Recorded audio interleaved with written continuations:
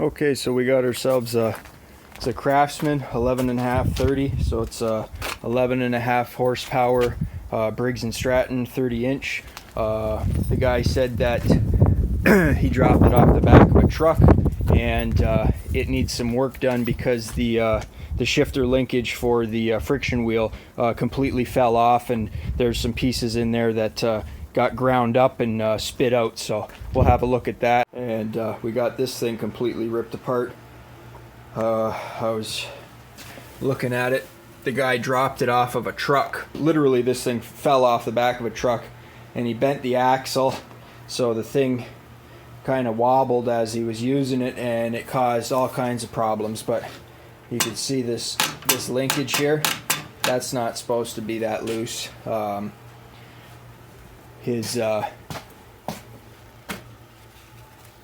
His shifter, so this is what your friction wheel bolts to, right? And these two ends just kind of, from that thing bouncing around, just kind of popped out of the see if I can get some light on here. Those two ends, they fit right up into there, right? And just from this whole thing, there's so much play in everything because of the vibration, because you know the axle was bent and everything was all bent out of whack. So we're gonna have to try and do some work on this. But his friction wheel was fucked, so we got a new friction wheel on order, and yeah, we're just waiting on that. These newer machines, like the old Craftsmans, they're so easy to work on. But like you got, like the chain's got to come off, and then you got your bearings in the sides of your you know, the frame here, I guess you could call it. But it's like what a bitch to work on. Where you got an old Craftsman, and you know, we've sold old Craftsmans from the 70s, 80s, work perfectly fine, you know, no problems. You change the oil, put spark plugs in it, clean the carb every now and then, and you know, change a friction wheel whenever they wear out. But you know, nothing like these new ones, boys. These new ones are nothing but problems. They're built in China, cheaply built, and you know, the parts break. Shit goes out of whack. And the problem with this here, as you guys can see, that's a solid bar that goes through this, you know, this plate here. So you can't pull that out. So what they do is they bend this bar in through a large hole in that panel there, and they put that split bushing in there. You can see there's a little split right in the middle. So they put a half in, then they put another half in, then they slide a washer around it, and that's to keep everything tight. Well, that bushing over time wears out, and you end up getting that problem, boys. And there's nothing you can do. To get this bar out and replace that split bushing, you got to literally take everything out. So it's a little bit of a bitch to do, but we're just doing it for the guy, trying to give him a little deal. It's 11.5 horse engine. Intech overhead valve, good engine, fires right up, no problems with it. And as you guys can see, you know, I was saying that it was catching the pulley and the friction wheel there. Unbelievable amounts of just ground down aluminum and ground down steel. See if I can get that to focus on there. Yeah, totally been wearing for quite a while on that thing. It's Thursday. We were supposed to get the friction wheel for this thing on yesterday, but they never got that in. So I don't know. This is still on hold for now. Okay, guys. So we ended up getting this thing back together, and as you can see, we ended up putting a bolt. We epoxied a bolt into the friction wheel holder shaft, right? Like that's your shifting arm that comes down from here. You remember this used to have a ton of play. It doesn't have that much play in it anymore. Now there used to be, if I can get a shot, there used to be washers down there and up there, what we ended up doing was just taking one washer at the top, and then we took a bolt that fit into the hole there, and we epoxied that in just to give it a little bit of support, and hopefully this thing should work. When we shift it, it shifts from, you know, first gear, sixth gear, and then back into reverse. You know, there is still a lot of play, but there's, you know, that's all we can do right now. So we're gonna put the access panel back onto this machine, and then we're gonna take it outside and test it out, make sure it moves and drives. Now, to get this off your friction wheel shaft there, there's bearings right there. If I can get this to focus, there's bearings on this side, the right side, and also on the left side there. Those two bolts right there. So it's easier to take. You saw we had the tires off. You got to get those off. Then you got to pop that chain.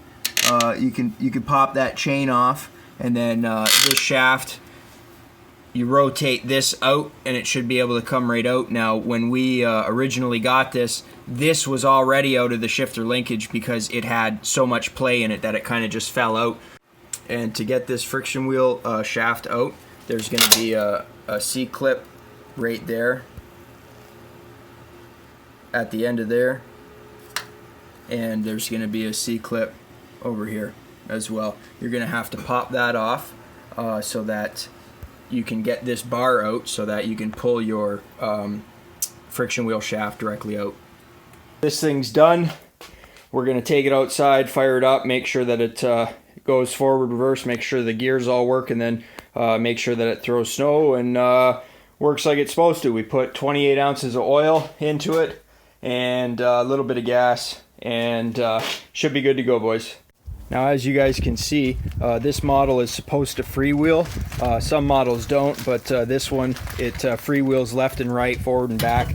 But when you push in your wheel drive, it shouldn't move, and you know, it doesn't want to move, which means you got just enough friction on your friction wheel, just enough pressure, I mean. Now, once a new friction wheel wears out, again, you're going to come down here on this model, and you're going to move this little eyelet down to the next hole. And just for reference, this is a model C950-52364-0, and it's a Sears Canada Craftsman, your standard one. It's got electric start. You know, the only problem that the guy had was that shifter linkage and the friction wheel. So as you guys can see, if we come down here, it still has some play, but way less than what we started out on. And I'm gonna fire this thing up and see if she moves. Okay, so we got her running. Put her in the second gear there. Press down on here. You can see she moves forward. Let's put her all the way in sixth. Okay, so sixth gear don't want to go. Fifth don't want to go. Fourth don't want to go. Okay, we might end up having to tighten this up right down there, because now she only moves in second, so we're gonna have to do some adjustment. Okay, so like I was saying, trying to get the focus on here. If it's too loose on the first one there, we ended up trying it on the third one, and it was a little too tight, so we ended up going with the second one there, and that worked out just perfect. Okay, so we were outside using it, and we're just adjusting that back friction wheel linkage that I was showing you guys, but the auger wasn't spinning, so we had to come in here and just adjust the idler pulley. As you can see, it's got a little slot in the shaft there that allows you to move your idler pulley in, and what that does is it just gives you a little bit more tension once that's all the way in.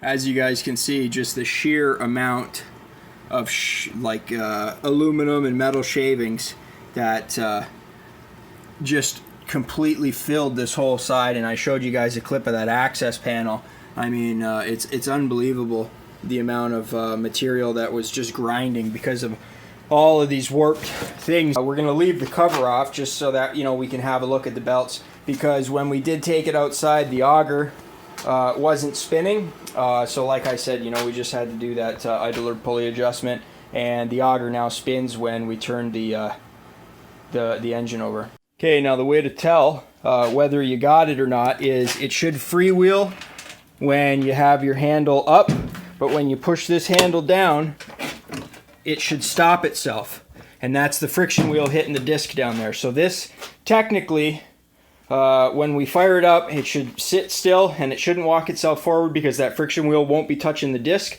And then when we engage this, your drive, it should move forward, hopefully in every gear. But like I was saying, this had a couple bent axles and things were out of whack. So if your axle with your friction wheel is bent, and it's let's say it's got a little bit of a bend into it, your friction wheel as it turns is going to be going low and high, right? So it's going to have high spots.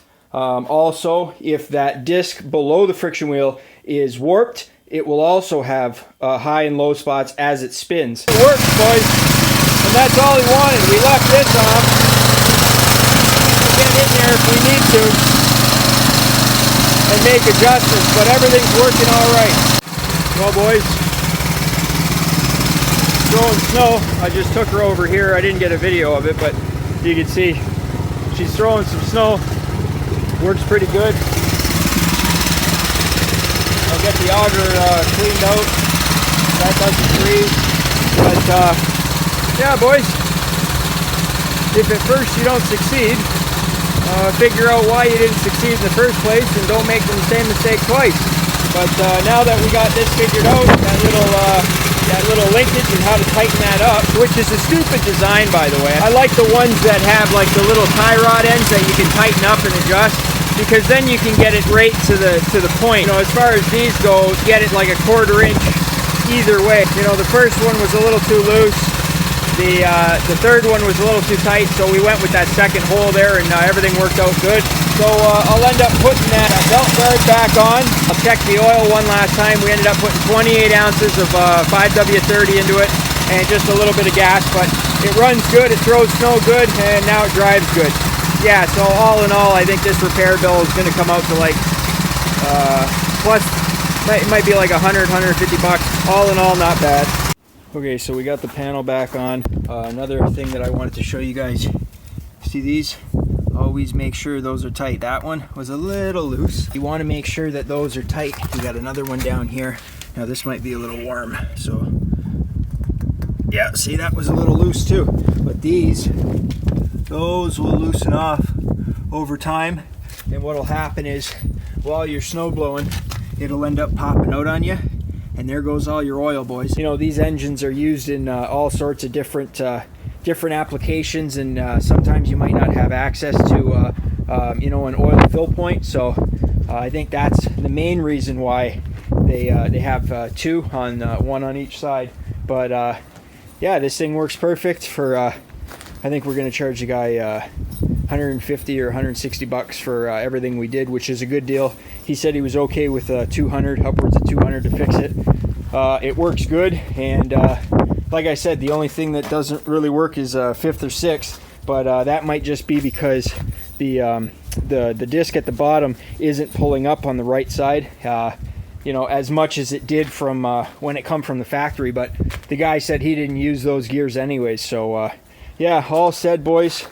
Nice little repair. It's got some brand new parts onto it, and our customer's happy. So that's it for today, guys.